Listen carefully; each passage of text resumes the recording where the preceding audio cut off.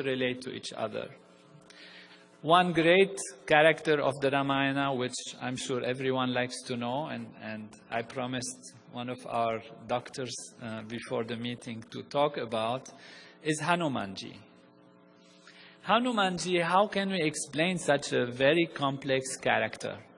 How can it be that a structure in our body will become small, then become big, then send messages, then go through a small hole, then burn the city, then bring healing aspects and all of that?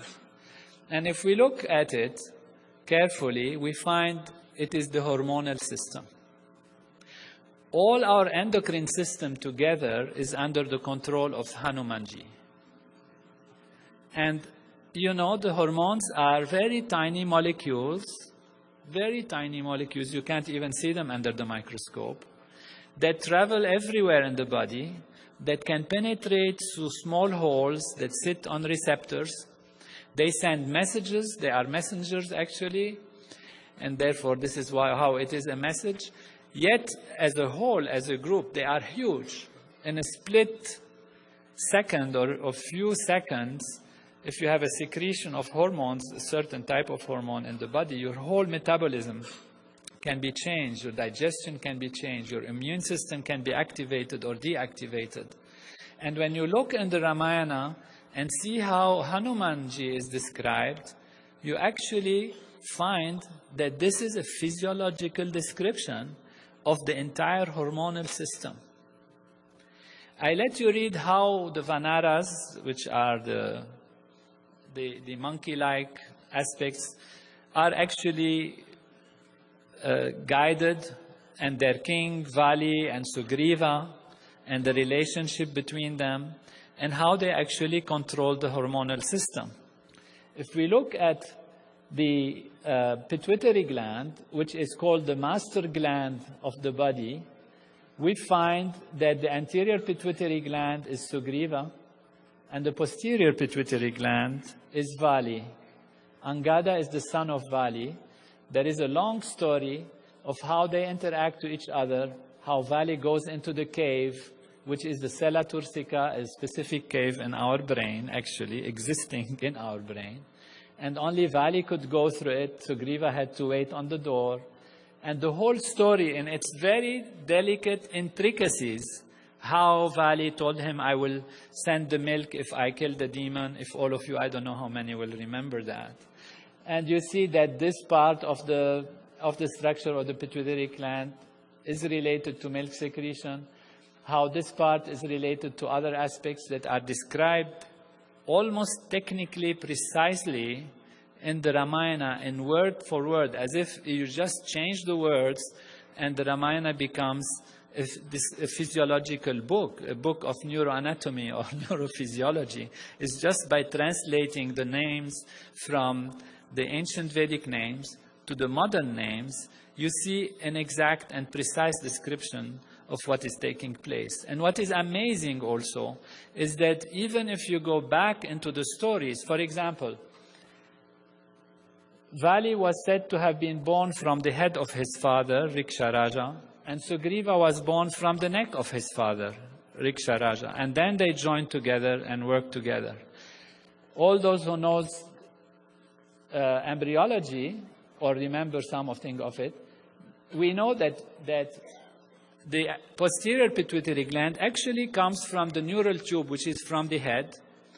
And the anterior pituitary gland, I mean in our body, in physiology, the pituitary gland comes from the top of the neck, from the palate, the anterior pituitary. And the anterior pituitary climbs and joins the posterior pituitary.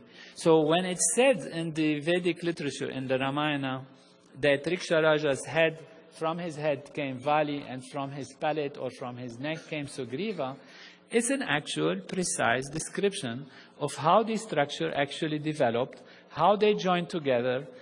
So these are just a few examples. The time doesn't allow us to go into it. Ramayana is so delightful. We could spend the whole night talking about Ramayana and certainly seeing how it connects to our body. But that's the point of the evening today, is to give us an idea of how actually we are Veda, in a physical way, how Ram is within us, Sita within us, Hanuman, Ravana also somewhere, and how they all interact, and how the story of the Ramayana is the story of our own development and our growth in higher states of consciousness, and how by actually achieving enlightenment and higher states of consciousness, we understand all the developments of the Ramayana taking place within us. This is the story of how creation is made, how life is made, how our body is made, how our society works, and how our universe works. This knowledge, which comes from direct experience, is perfect and complete knowledge. If we go back in history, what was the reference for action, the reference for thinking, for behaving? It was self-referral, pure knowledge. Today, modern science has given us a lot to improve our life. We have cars, we go to the moon, we fly fast, etc. But we always refer in our actions, in our politics, in creating our laws, in our decision-making, to our self-referral values within us. We refer to what we know best to do. And that is because our physiology is also an instrument of knowledge that when perfected and when awakened in all of its values, it can know everything, it can be everything, and it can live life in perfection. You have that knowledge. Your tradition, your ancestors, your parents have upheld that tradition for generations and generations. And today it's only because modern science had advanced enough that we can truly recognize the value of this knowledge.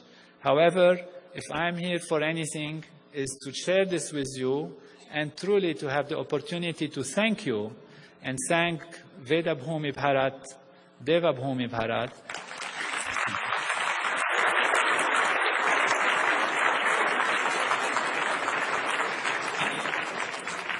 and the holy tradition of Vedic Master, and of course my teacher, Maharshi Mahesh Yogi, for maintaining this knowledge and giving it to the world for the creation of a true Ram Raj, heaven on earth everywhere.